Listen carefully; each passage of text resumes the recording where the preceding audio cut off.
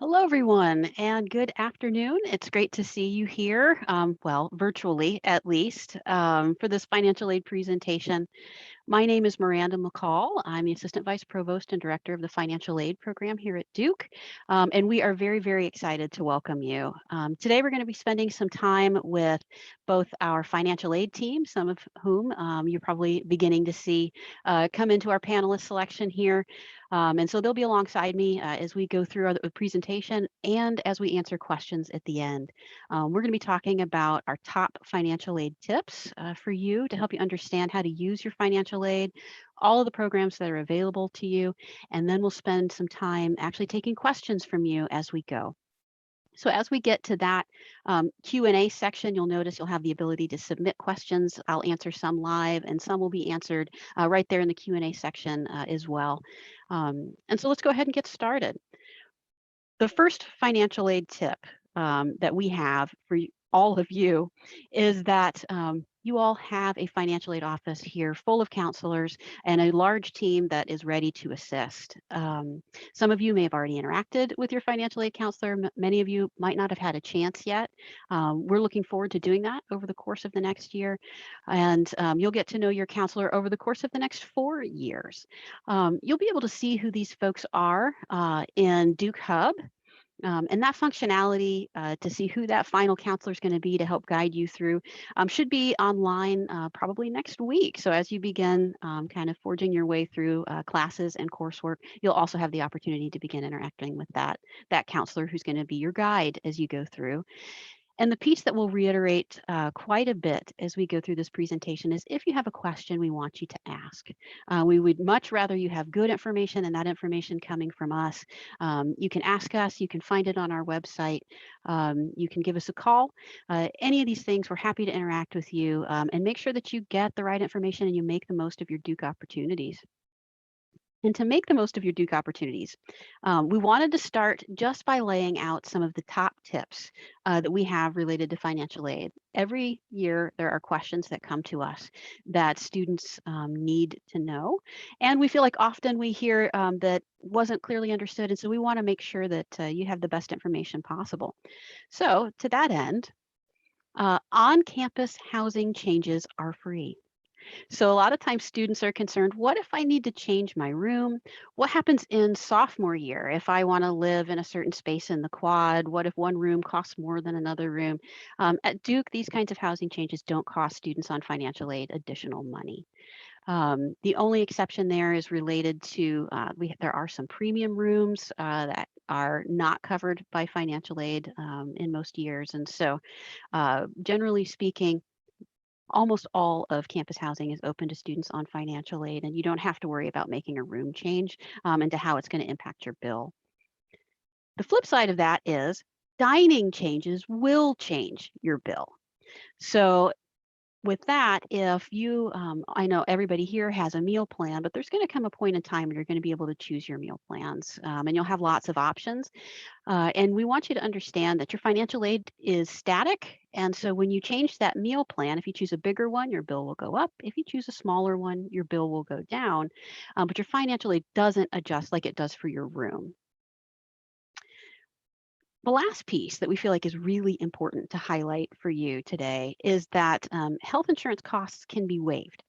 So some of you might have already received your bills and taken a good look at that. Good for you. If you read your bill, that's important. But you might see a charge on there for a little over $3,600. And the majority of students at Duke do not need to pay that bill. You have two options. If you have your own health insurance coming to Duke, you can have that charge removed through a waiver process. If you're on financial aid and you don't have access to health insurance and you need the Duke plan, financial aid can help cover that cost for you, also through that same waiver process for the charge. And so we don't want you to end up with a bill that you don't need.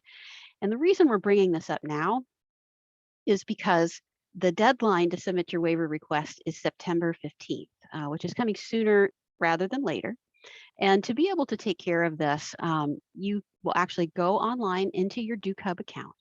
And that's where you're going to do the waiver process. You'll see here it says the financial aid website has instructions with screenshots of how to take care of this. So if you're not sure what to do next, if you go to financialaid.duke.edu and just type in the search box health insurance, it's going to take you to our health insurance page.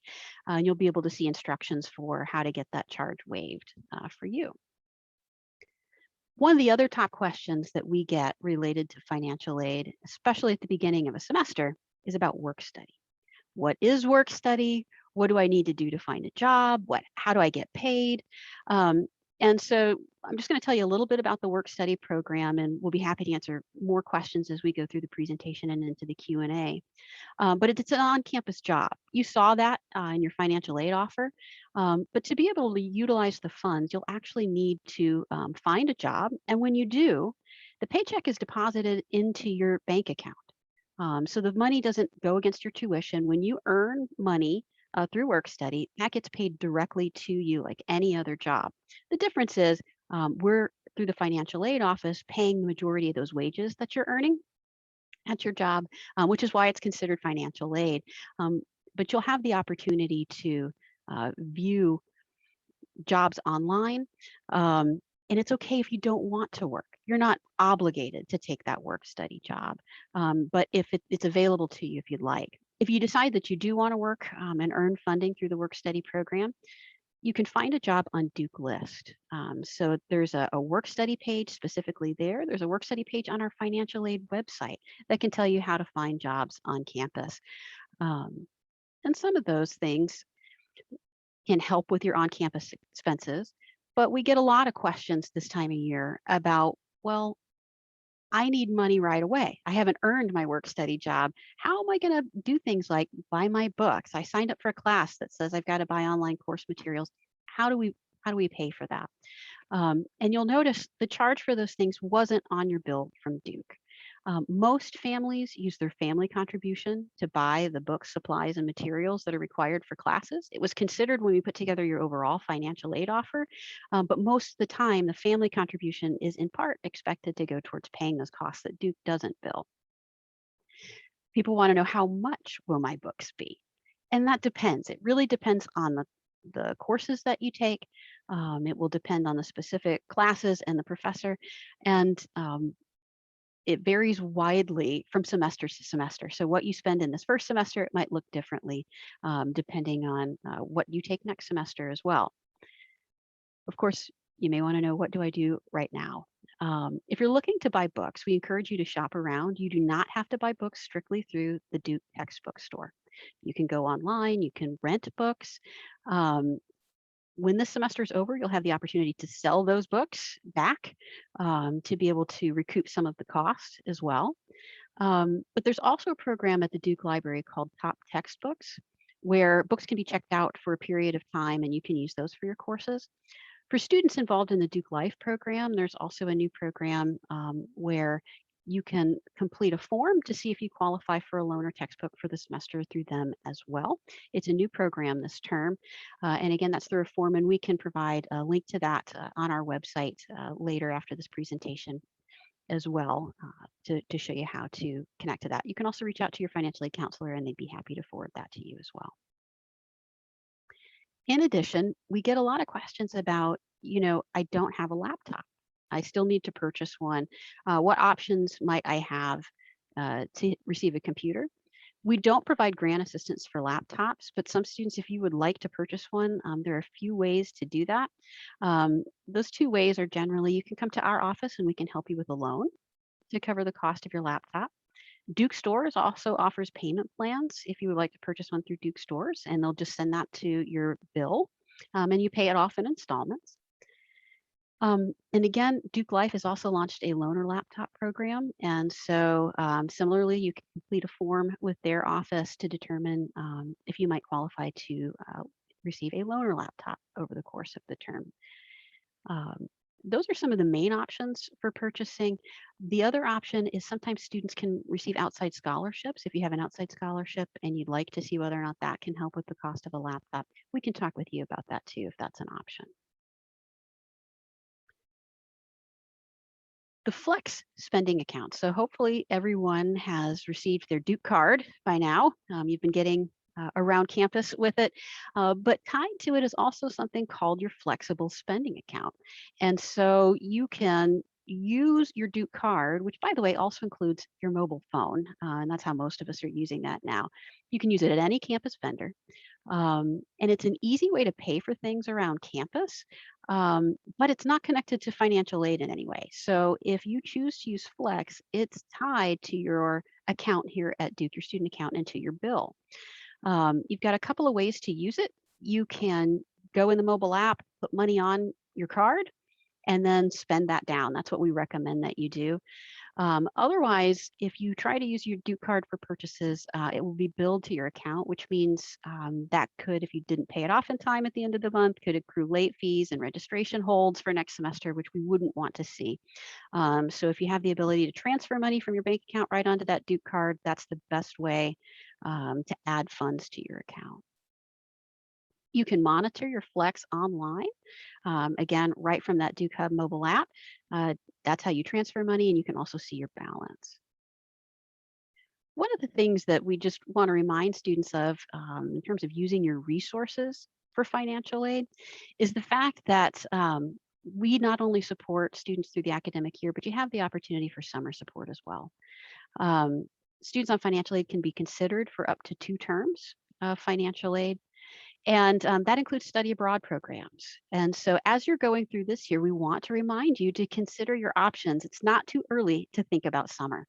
And if you have questions about what that might look like, how financial aid works, feel free to reach out to us as you're making your plans, because we also want to ensure that you have a nice plan in place for either study here at Duke, study abroad, or you can also study at the Duke Marine Lab over the summer as well.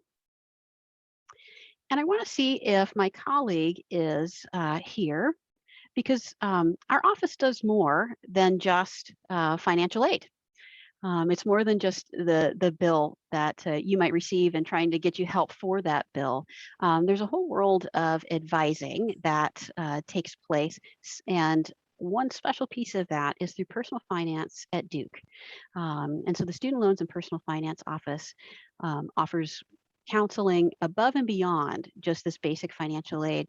And I believe, Anna, you're here. Hello, I Hi. am. Good. So Anna, I would like to turn this over to you for a few minutes, and you can talk a little bit about the program. Yeah, absolutely. Thank you so much, Miranda. And it is great getting to be on here with y'all as you are transitioning to Duke and starting this fantastic journey as a student. Again, what you do in the classroom is important, but we recognize that, you are going to have a lot of questions too, just on navigating life outside of the classroom. And of course, your finances come into play in a lot of those aspects. Our office is here to help any aspect of financial concern you may have. Maybe you've touched base with your counselor and you're a little nervous about the loans that you're borrowing, or you're not really sure how to budget for the things that you might want to do on campus or on the community. And that's something that our office can speak to you in pretty fine and get granular detail with that. And we can do it on an individual basis. So that way you are speaking to your own story in a comfortable space where, again, you feel open to sharing anything that you want to discuss. Our office has a couple of tips that we want to highlight as well as you're thinking about what could I start doing today, or what are some common concerns folks have with their personal finances while at Duke. So one of those first tips that we have and kind of to share with y'all. So Miranda, if you could go on, yeah, thank you so much, is thinking about creating some kind of budget or spending plan. Again, you're gonna have different types of financial priorities and goals. So this could even be something as simple as, okay, what do I wanna spend on for my food points every day, every week, to something more time consuming, more long-term, a savings goal that you might have. Do you wanna start investing while in school, right? Questions that I get from folks all the time. So creating a spending plan can give you a really good sense of these different financial choices you have and how they all fit together. On the screen here is a little snapshot from a resource I highly recommend y'all check out. It's featured under our resource section on the Personal Finance at Duke website, and it's called Cash Course. This is their budget wizard. So if you need help creating a spending plan, this could be a really great resource for you to use. Now, as you're thinking about the expenses that you have, the other kind of half of that spending plan is finding a way to finance those expenses. You need to have an income to do the things that you want to do. And so Miranda's already touched base on work study, and our office wants to echo that as well. If you have a work study award, consider using it. I, a couple years ago, reached out to some folks in the FAC group and asked, if you could tell first year you anything, what would you go back and tell yourself? And a resounding theme was, I would have told myself I wasn't going to be as busy as I thought that first fall semester on campus. If you feel like you need to take the time to get acclimated, by all means do so. And keep in mind, hearing from juniors and seniors who have been in your shoes, they also recognize they probably had time to maybe take on a work study opportunity. Not only is it a great way to, again, kind of create an income stream for yourself, but it's also another way to expand your Duke network and start getting some awesome experiences outside of the classroom. Miranda already touched on Duke List. So again, if you're having difficulty finding a job and you are interested in using work study, the other piece of advice I'd have for you is to just reach out and ask someone currently in your Duke network. You have a college advisor, you have an RA, you may even be starting to connect with upperclassmen. So feel free to reach out and ask folks, where should I go to look for a job? Do you have any leads for me? Because again, campus is a big place. It can be hard to know everything that's going on. So when in doubt, feel free to reach out to somebody you've already connected with, and they may have some good tips for you as well. Now, another aspect of your student income are possibly loans that you're using to finance your education. Loans are one of those unique things in that it's income for right now, but is also going to be an expense for you later. And so with that in mind, there's a lot of questions, a lot of concerns, and just a lot of confusion around navigating educational loans. So one of the best things that our office can recommend to you is to really get a good sense of the loans that you have been offered and the loans you're planning to utilize while in school. Visit your lender website, or even better, your loan servicer website, to really start learning more about the loans that you have. What's the interest rate? When does interest start to accrue? How long do you have before that repayment begins? Again, really loaded questions for folks who just arrived on campus. And that's where I want to lead us into our last tip. You don't have to navigate any of these financial questions or concerns alone. You can come make a personal finance appointment, and I'd be happy to speak with you on any number of these topics, or even ones we haven't discussed today. So again, whether you've got questions about budgeting, managing your student loans, building credit, or diving into the world of investing, our office is here for you. And again, I look forward to hopefully interacting with y'all at some point. But if we can't get in touch during your time as a Duke student, just know we are here for you as an alum as well. Miranda, I'll turn it back over to you. Thank you very much, Anna. Those were great tips, as well as I think expressing what we're all here to do. We are here to help. We're here to help you. That's why we have a counseling team. Our whole office is structured for student support. That's why the name of our office is Student Support. And so hopefully this is giving you a little bit of a sense of, we want to give you the best information we can, as well as help you navigate to make the most of this experience. We are so glad that you're here. And we want to ensure that you thrive while you're here. For those of you who might have joined, who have not applied for financial aid, or maybe there's some documents outstanding, we want to let you know that it is not too late to apply for aid. You can still complete a FAFSA, you can still complete the CSS profile. Those are the two forms that we use to determine your financial aid, and we accept those all the way through February of this year. So if you're panicked that you are late, we have quite a grace period on those initial deadlines for receiving financial aid. And so we're happy to continue to accept your applications. And one of the things that I want to say about that is sometimes the information that's on your application, maybe you've already filed it, and it used 2019 information, but 2020 looked really different for your family. And that wouldn't be unusual. Lots of people's lives look different in 2020. If that's you, and you are concerned about the cost, in 2020 your family earned less money, you can reach out to our office to let us know that. You can just email finaid@duke.edu, and we can give you instructions and a link as to how to give us updated information so that we can consider your circumstances. We accept those applications all the way through March 1st of 2020, so all the way through the end of February. So again, there's not a rush, there's not a panic to get that information to us.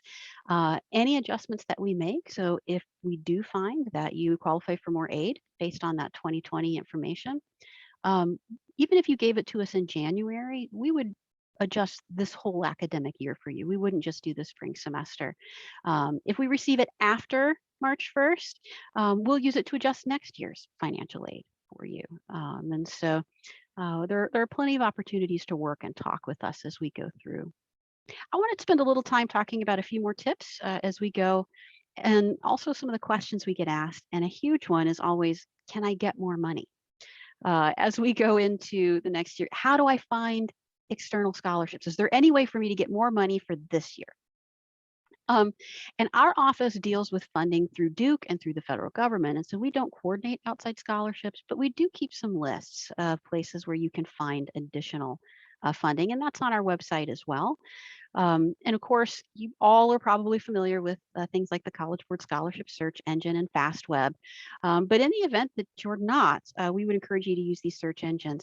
I will say we find students have the most success getting outside scholarships when they go through organizations they know, rather than applying as one of tens of thousands of students in a national search.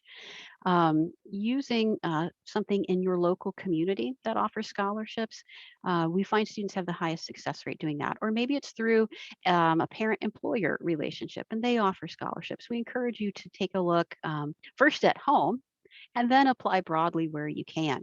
Not all scholarships are related to first-year students, so if you didn't come with an outside scholarship, you have the opportunity still to apply for them. And you can look at the criteria at the list on our website as well. It'll tell you if it's open to first-year students, or more broadly, it will also have deadlines for application as we go. That, in general, are the top tips. And I wanted to keep it as brief as I could to allow as much time as I could for questions. And I also just want to share a little bit about how to get in touch with us this year. You've heard me mention our website, which is financialaid.duke.edu. You can email us at FinAid. You can email your financial aid counselor. And you can also make virtual appointments with us.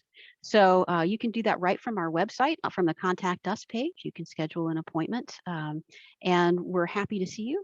The other things that we just want to mention really quickly is that we are available to you via phone as well. So feel free to give us a call. Our offices are open. However, I do want to say, because of what we do in financial aid, it is most often beneficial to schedule an appointment. Your financial aid counselor is going to know your story. This is someone who's going to get to know you over time. Your financial aid counselor is going to have all of the history of the documents that you submitted to them. And so we want somebody who can actually talk with you to make sure that we get you the right answer in as quickly as possible. And so we encourage making an appointment before you come rather than just walking in. Though if you do, we absolutely are happy to assist. I'm going to now open this up for a little bit of Q&A. Hopefully we've had some questions as we've begun to go through. And I also want to take a minute to introduce you to our team. So you see a panel of faces here. Everybody wave. These are some of the really helpful team members who are here for you and look forward to supporting you over the course of your Duke journey. Every one of them is excited to see you, is excited to be here, has chosen this profession because we believe that it matters. Many of us were financial aid recipients ourselves, myself included, and it absolutely changed my life. And so, we're hoping that Duke is able to be a transformative experience for you, and we're just here to help you get there and experience as much of it as you can. So with that, I'll turn it over to a few Q&As. Do we have any good questions in the queue? Yes, we do. Good afternoon, everyone. My name is David Wiltshire. I'm part of the counseling team in the office. Please feel free to go into the Q&A and submit your questions. We'll be answering some questions live, and our fabulous team of counselors will also be answering some questions by typing responses. So please feel free to submit your questions. We have had some excellent questions so far. So to start us off, Miranda, will this recording be available after this meeting? It will. It will. So this is being recorded. We're going to put a link out so that you can watch it. You can share it with your family if you'd like for them to see this as well. Feel free to share broadly. Great, thank you. Next question, back to health insurance. So does a student have to submit the student health waiver request in order to get health insurance covered by financial aid? Yes, you do. And that's a great question. And I'll tell you, so Nicole that you see here on our panel, she works with our health insurance. And one of the hardest things for Nicole, I'm going to speak for you here, but every year is students who didn't complete that waiver process need the funds and the deadline has passed. We don't want you to have a bigger bill than you need. We want you to receive financial aid, or we want to have that charge removed if you don't need that charge on your account. The only way we can know that is for you to be able to complete this waiver process. So it's very, very important that you do that. And now is a great time to start. It's an easy thing to forget once classes begin. You're going to get in all kinds of coursework. You're going to be looking at student groups. You're going to be doing all kinds of things. And I promise health insurance will not be top of mind. And probably not your Duke bill either. There are a lot more interesting things at Duke to think about. And so if you have an opportunity, it's Friday afternoon and you have not done this process, here's your financial aid homework assignment.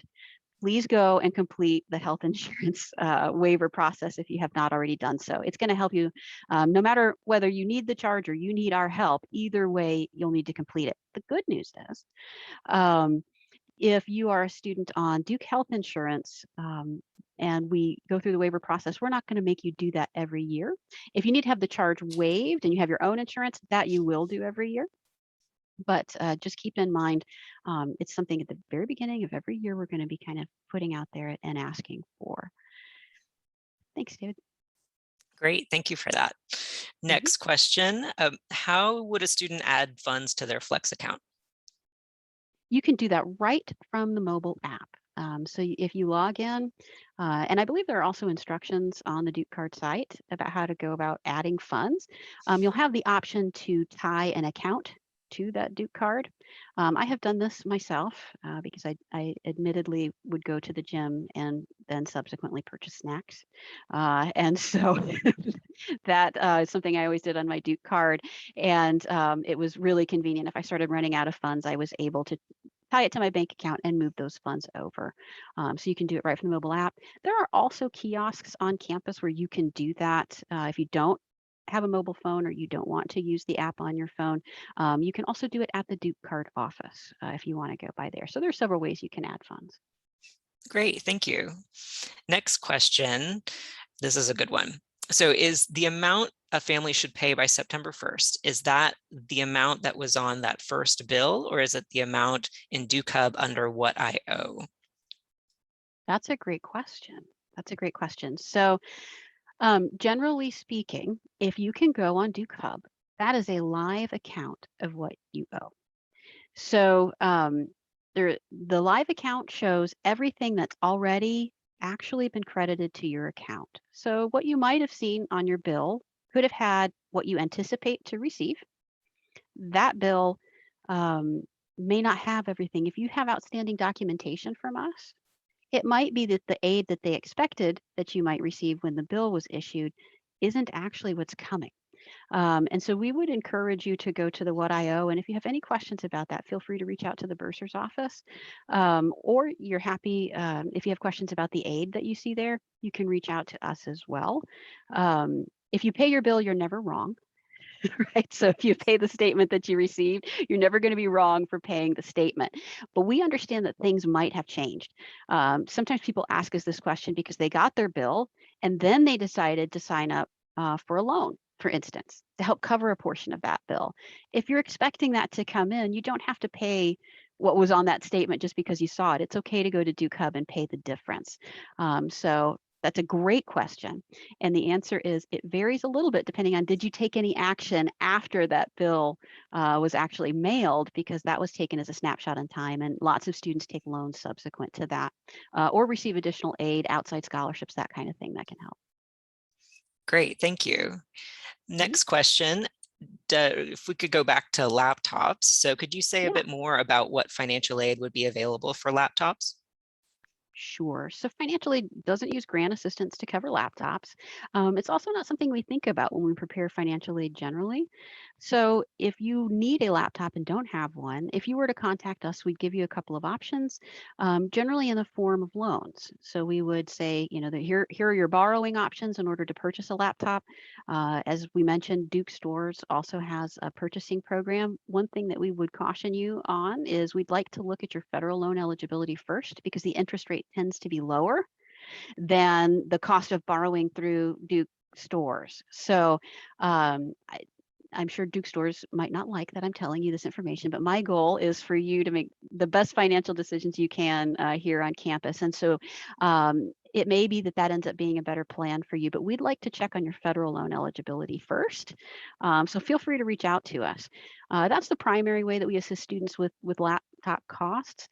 For students who have outside scholarships, sometimes the outside scholarship will allow you to use that. If you already covered your bill with everything else and you've got additional funds and we were going to reduce Duke grant, we can instead see if the donor would allow us to put that towards the cost of a laptop so you can use that scholarship to the fullest. So that's an option. I think the rule of thumb here is what we'd like for you to do when you have these questions is ask us first. So before you take a higher interest rate, before you make a decision, we'd like to see if we can help. And I also mentioned that for students in the Duke Life programs, if you qualify there, there is a form you can complete for a new laptop loaner program. It's a pilot program, so the supplies are limited. However, that is an option as well that the Duke Life office may be able to assist with. Great, thank you. Next up, is there a benefit to using Flex, or can students use cash, debit, credit at vendors on campus? Yes, you are welcome. Some students like the convenience of having everything just right on their phone and using Flex.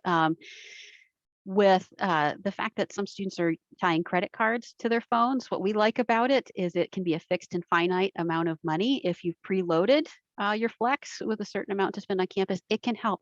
And you can back me up on this. It can help with your budgeting to do that. That's one principal advantage of loading money up on the Duke Flex, is because you aren't going to overspend if you've given yourself a budget. But you are welcome to use cards at campus vendors as well. Great, thank you. All right, next question. So if a student wants to use financial aid for summer classes or maybe going abroad for the summer, is there a separate application or a separate process they need to go through for that?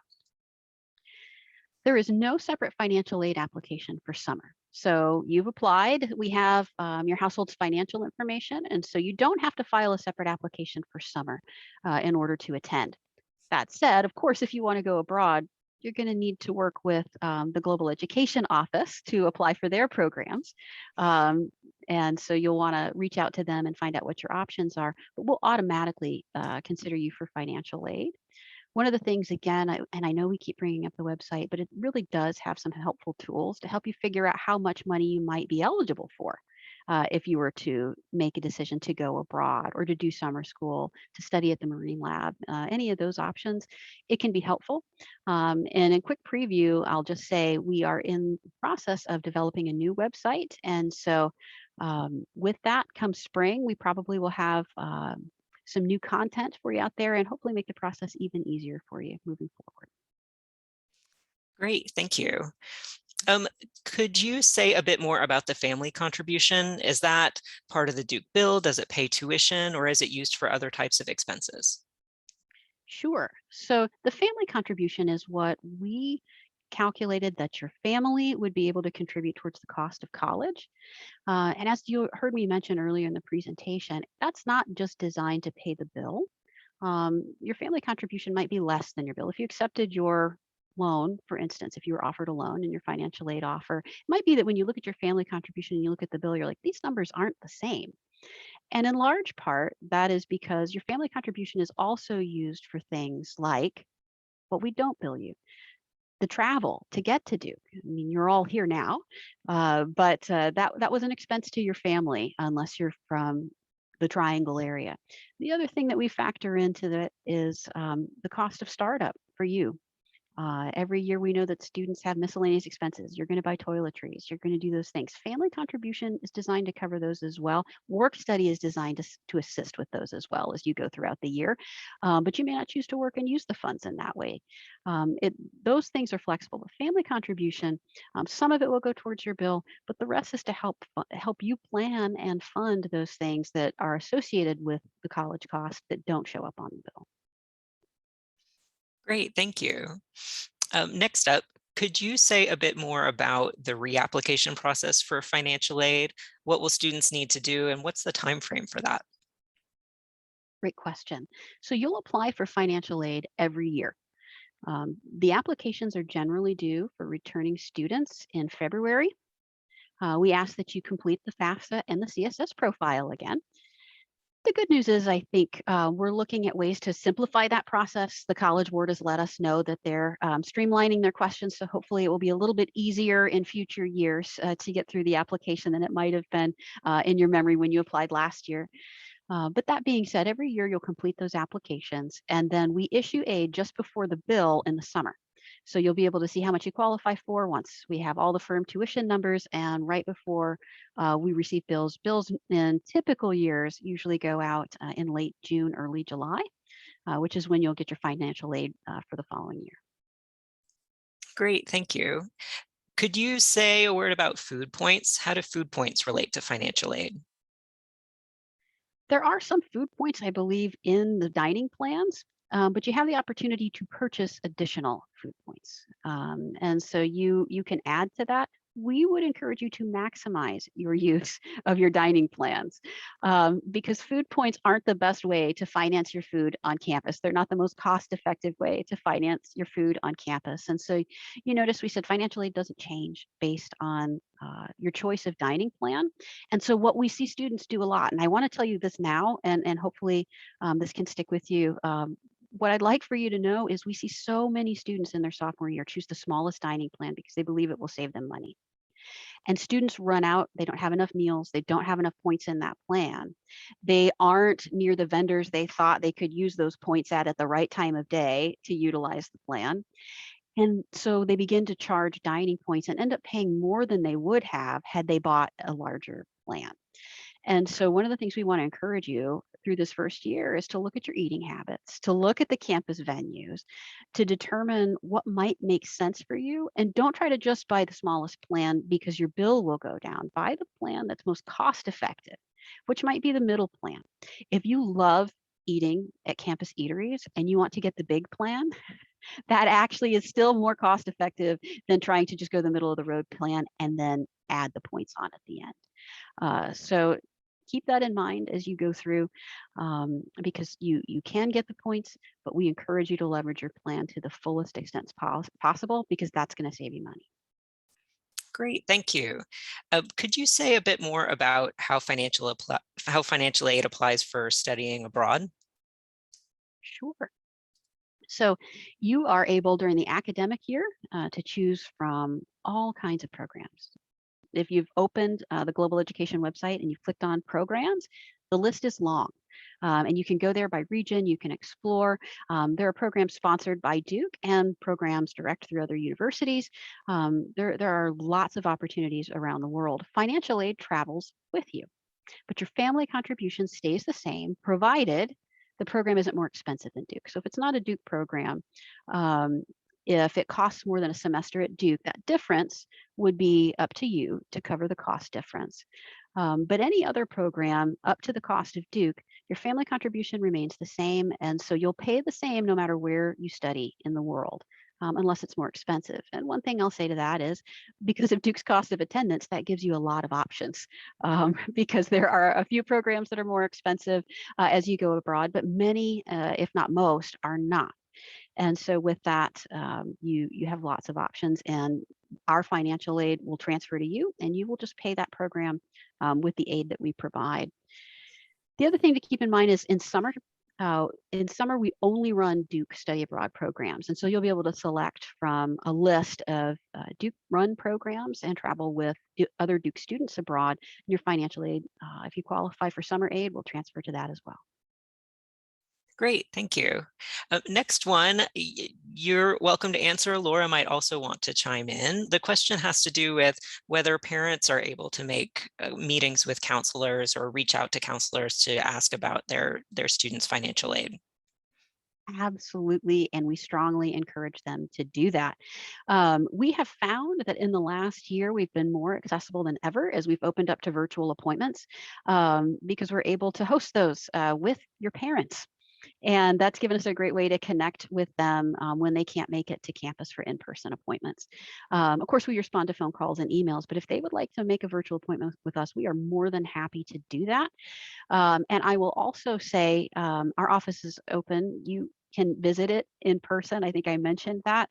Though we, like I said, appointments are great and we're prioritizing virtual appointments where we can. But parents are only available to visit us in person on right now. So, excuse me, only available to visit us virtually right now. They are not able to make in-person appointments with us, but we can make virtual appointments. Great, thank you. Next question has to do with the bill that was sent out that's due in early September. Is this the bill for the fall semester or is this the bill for the full year? This is the bill for the fall semester. So we bill semester at a time, and you'll receive another bill in December. And for those of you who were hoping it was for the year, I'm so sorry to disappoint you, but there will be another one coming. It will come in December.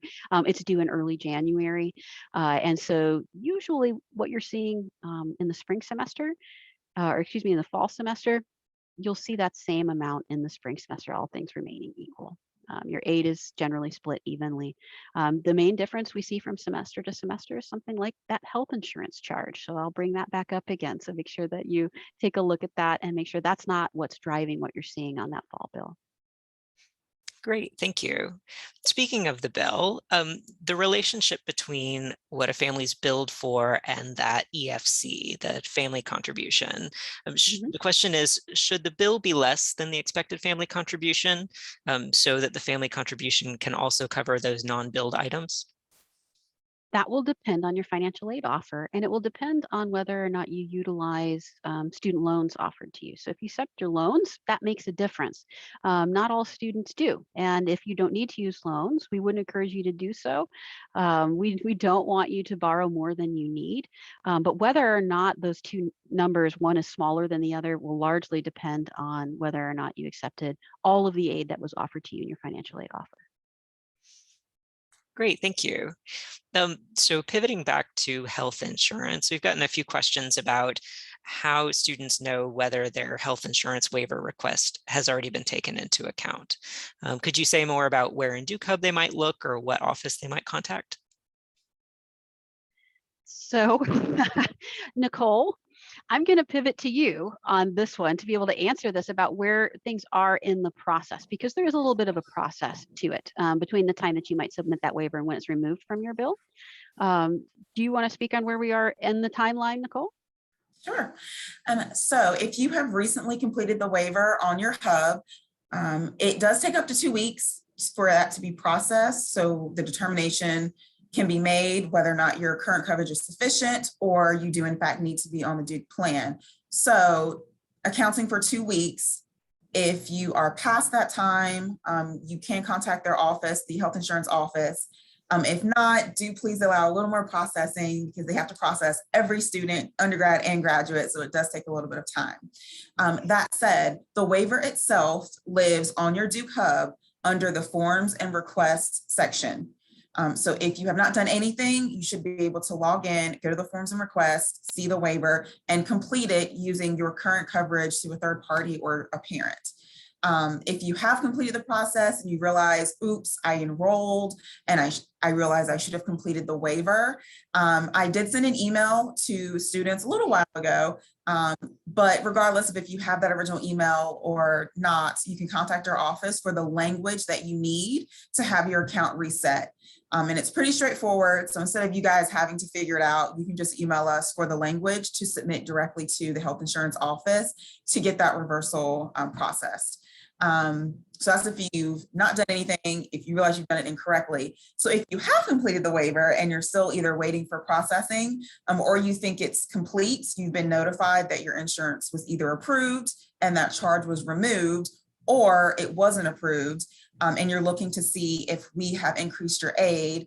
We are doing that on a weekly basis. So up through yesterday, everyone whose waiver was denied should have a health insurance grant within their award. So you can look at it. Those grants were dispersed again today. So if you look at your account activity, not your previous bill, but your actual live account activity, you will see that additional funding dispersed this morning. But those would be the 3 boats you're in. You either need to complete the waiver, you need a reversal, email us for that language, or you've been processed, the charge has been removed by now, or I have given you a grant. I think that covers all the situations. Thank you, Nicole. So resident health insurance expert. So do as she says, because we don't want you to pay more than you need. I'm going to take a second because I promised to give one plug for something while we were here that I didn't cover in the main presentation, which is for those of you receiving grants from Duke. So if you have something on your account that says Duke University grant, there's a chance over the course of the year that you're going to see that change to probably someone's name. And so when we make our initial offers of financial aid, it just says generic Duke grant, and we have amazing and wonderful donors who fund this program for us. And you're going to see their name go on to specific accounts, your account. They're going to be sponsoring you here at Duke. And when that happens, and you're matched with a donor, you are often, you might hear from someone reaching out to you and go, would you be able to write a thank you note to this donor who's sponsoring your time here at Duke? And we just want to encourage you to respond to that.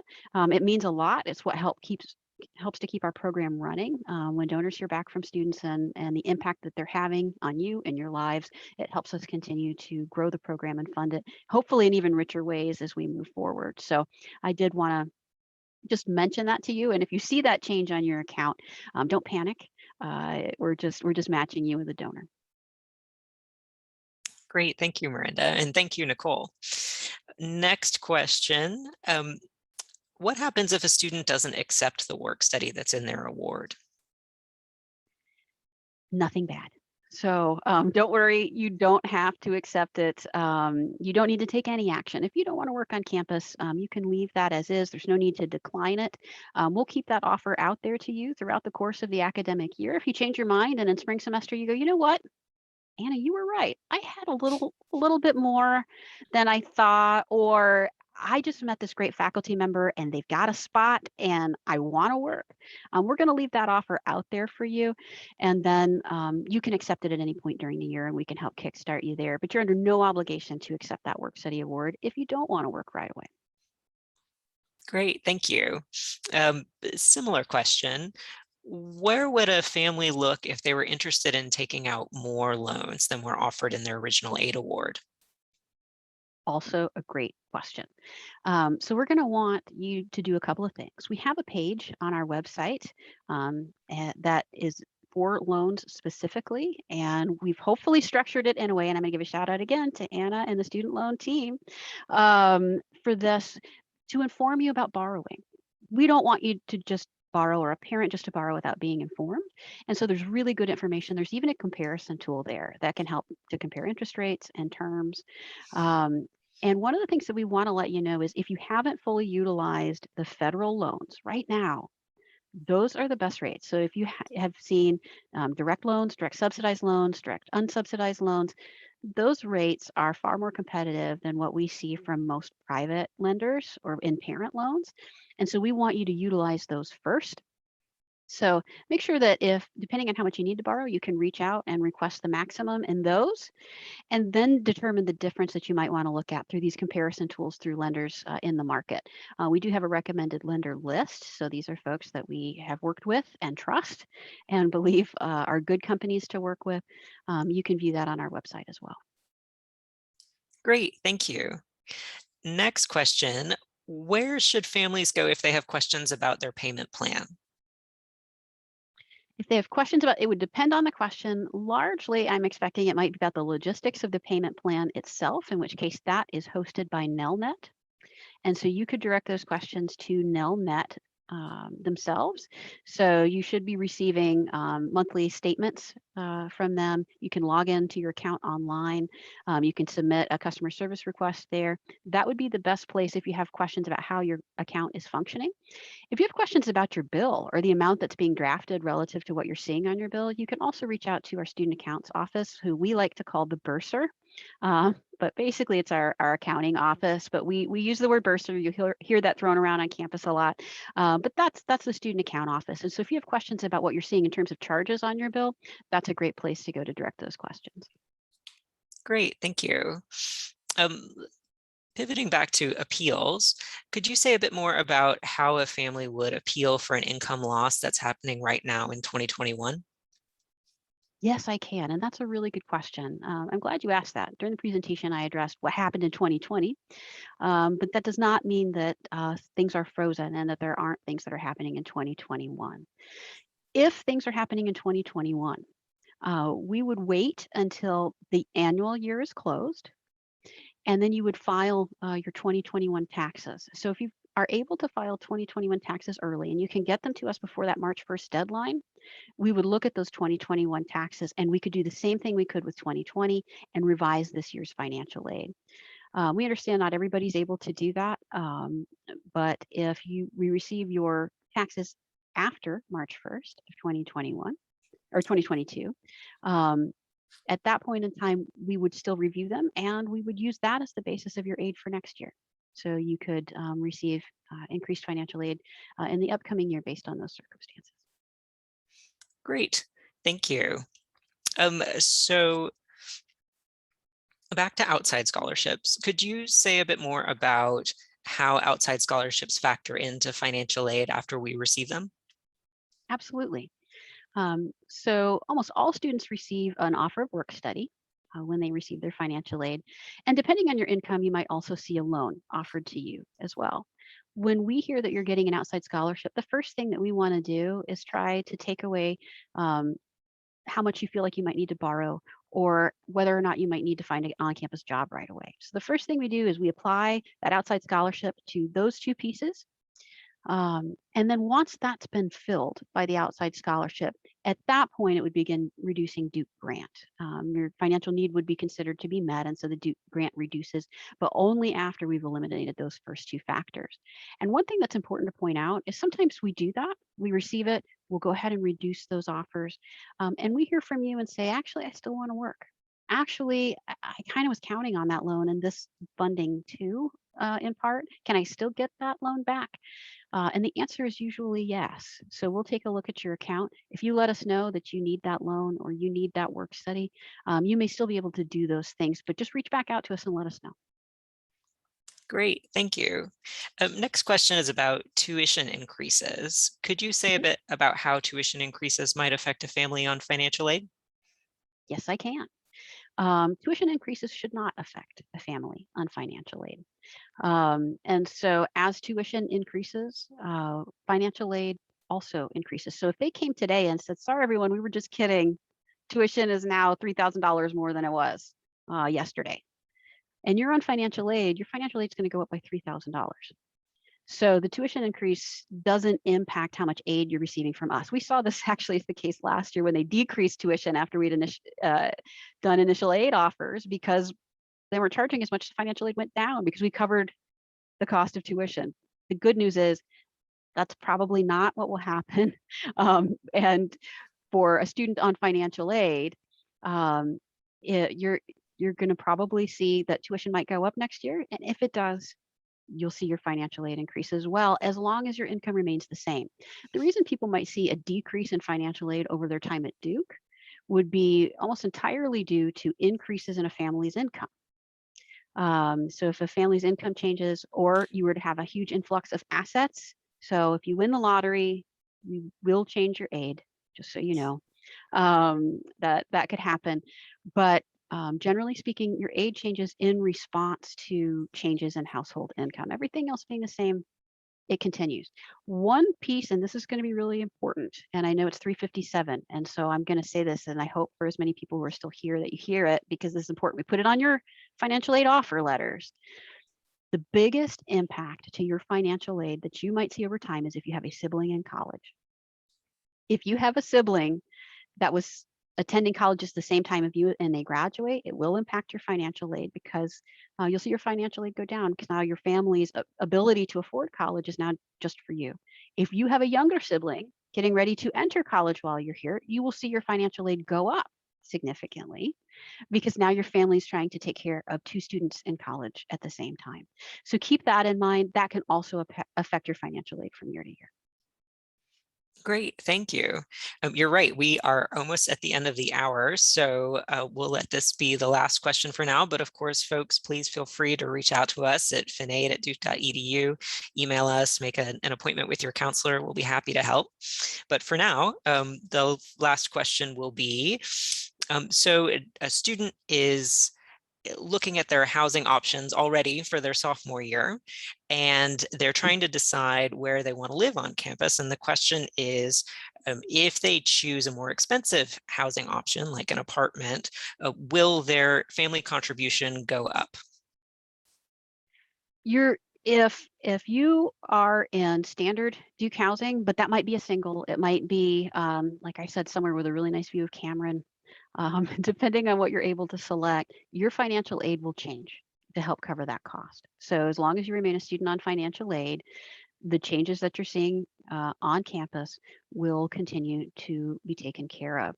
We have made some accommodation as a result of COVID for students who had more expensive housing, where we were leasing space in downtown Durham for that, which we continue to cover for this year. Those spaces may not be available, and depending on what COVID looks like in the future, that may be considered premium housing, in which case we would not cover premium housing charges. But any of our traditional housing spaces here on campus, whether it be any of the spots on West Campus or some of the new spaces that are being built, all of those will continue to be covered by financial aid. Great, thank you. That's all of our questions, Miranda. All right, well, wonderful. Well, I want to thank you all for spending the time to be here today. We're looking forward to the chance to welcome you to the campus to help guide you through the next 4 years. If there are ways that we can be helpful or information that you didn't hear from us, please let us know. Please check out our website. We encourage you to go there. Our search box is incredibly helpful. There are a lot more answers probably than you realize out there. And we also have this amazing team who I want to thank. They're excited to get to meet you too over the course of the next year. Thanks again for coming, and we hope you have a great weekend. Bye-bye.